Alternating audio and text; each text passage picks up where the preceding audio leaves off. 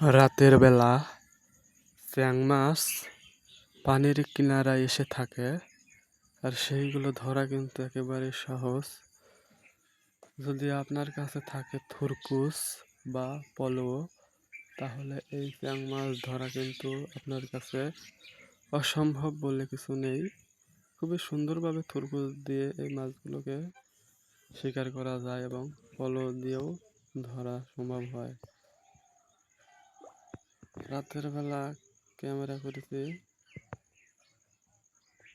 খুব নিরালায় মাছগুলো পানির কিনারায় এসে থাকে, খুবই সুন্দর দেখা যায়। আমার বাড়ির নিচেই এদের দৃশ্যগুলো দেখা যায়। দেখেন মাছটার কাছে মাছটাকে আমি ধরতে যাচ্ছি, কিন্তু মাছটা নড়াচড়া করতেছে না। এর কারণ হলো মাছ আলো পেলে মাছ নড়াচড়া করে না। এই যাবে যাবে, আমি ক্যামেরার আকর্ষণ বাড়ানোর জন্য এগুলো করেছি। চলে গেল, বাস আরেকটা আছে, দেখা যাবে। এই দেখেন একদম কিনারায় এসে রয়েছে মাছগুলা, একদম কিনারে কিনারে এসে রয়েছে মাছগুলা। একসাথে দুইটা তিনটা মিলে থাকে। এই কত সুন্দর সুন্দর চ্যাং মাছগুলা।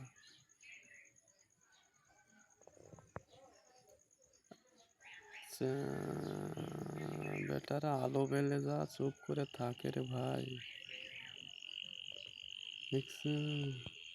একদম শুকনা, একদম পানি, অল্প পানি, তার পানি পিঠ পর্যন্ত পানি আছে, বেশি পানি নেই।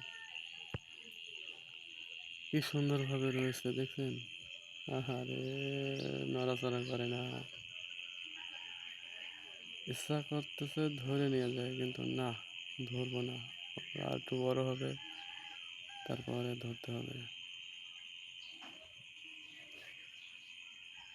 ওই বেটারা নড়াচড়া করে না, বারবার আলো এদিক সেদিক মারি, তাও নড়াচড়া করে না।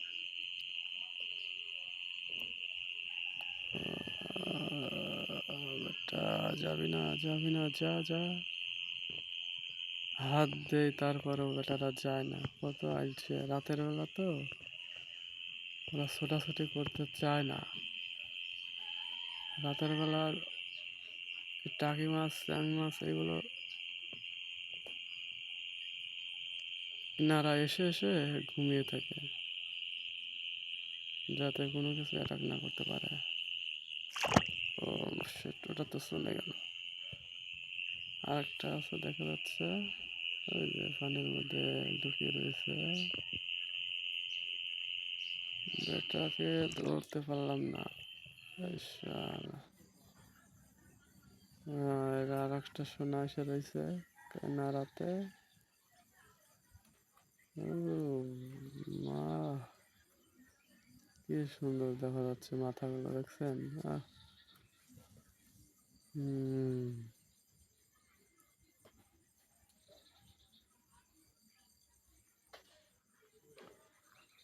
চান্দু যাইবা কোথায়? ও সর্বনাশ।